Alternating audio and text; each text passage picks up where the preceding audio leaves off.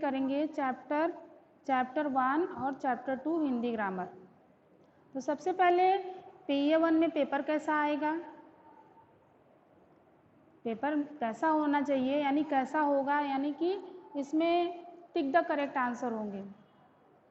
एक क्वेश्चन होगा, उसके 4 ऑप्शन होंगे, एक ऑप्शन आपका उसमें सही होगा जिसको आप करेक्ट करोगे। तो चैप्टर 1 में जितनी भी चीज़ें हैं, ये नहीं है कि आपको ओनली क्वेश्चन आंसर ही लर्न करना है, उसमें आपको सारी चीज़ें लर्न करनी है। जैसे भाषा के कितने रूप होते हैं, भाषा का डिफिनेशन, भाषा की लिपि, अगर हमारी लिपि देवनागरी है, हमारी भाषा हिंदी है, राष्ट्रभाषा क्या है, राजभाषा क्या है, व्याकरण किसे कहते हैं, व्याकरण के कितने अंग हैं, इन सारी चीज़ों को आप करेंगे। लिखित भाषा के अंतर्गत कौन कौन सी भाषा आती है, क्या क्या चीज़ें आती हैं, मौखिक भाषा के अंतर्गत क्या क्या चीज़ें आती हैं, इन सारी चीज़ों का आप रिवीजन करेंगे।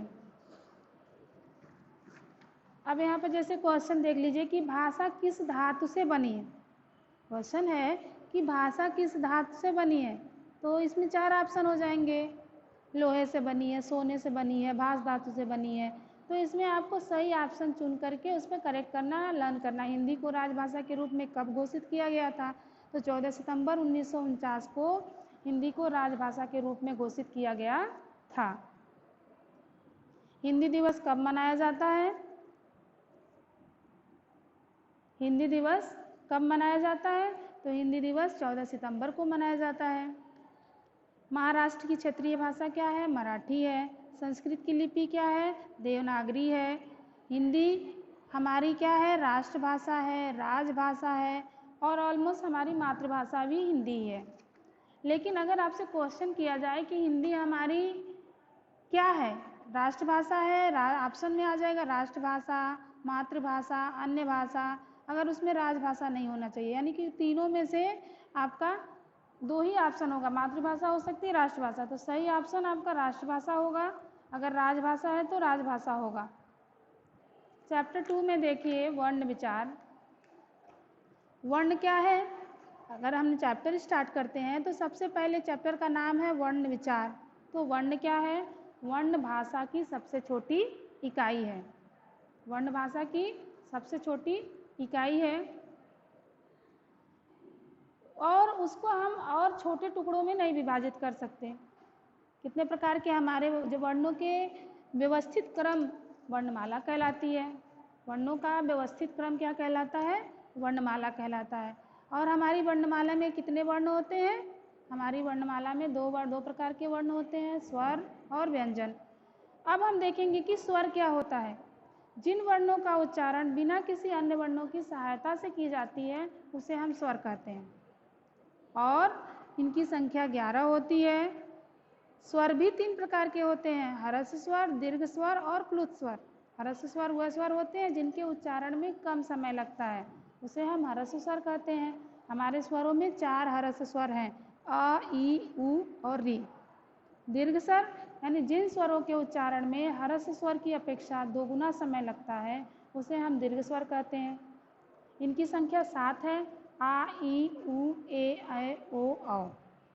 और तीसरा है प्लुत स्वर, यानी जिन स्वरों को बोलने में दीर्घ स्वरों की अपेक्षा 3 गुना समय लगता है उन्हें हम प्लुत स्वर कहते हैं।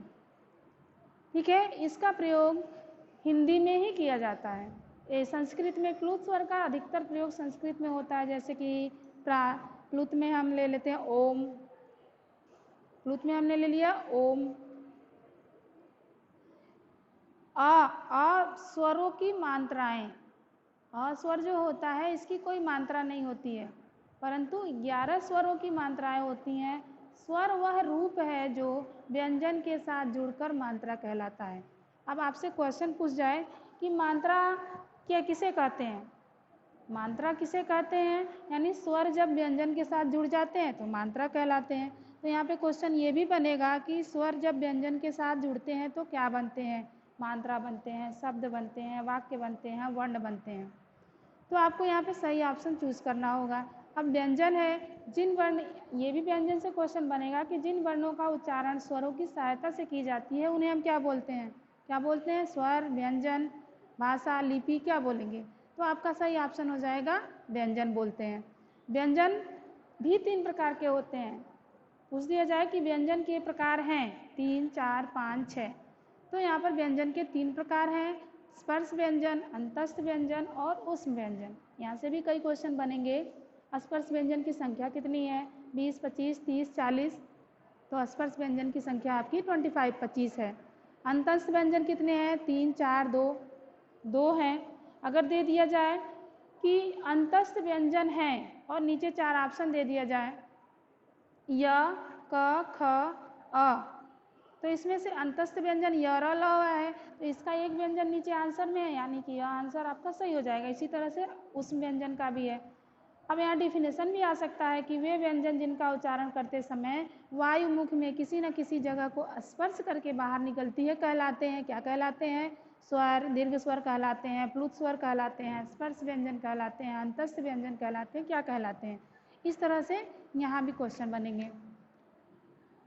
अब अगला है अयोगवाह, अनुस्वार, अनुनासिक, विसर्ग। सभी का डिफिनेशन आपको लर्न होना चाहिए, क्योंकि इस डिफिनेशन से भी क्वेश्चन बनेंगे। डिफिनेशन है हिंदी भाषा में कुछ वर्ण ऐसे होते हैं जिनकी गिनती न स्वरों में होती है न व्यंजन में होती है। तो बताइए आपकी ये क्या कहलाएंगे?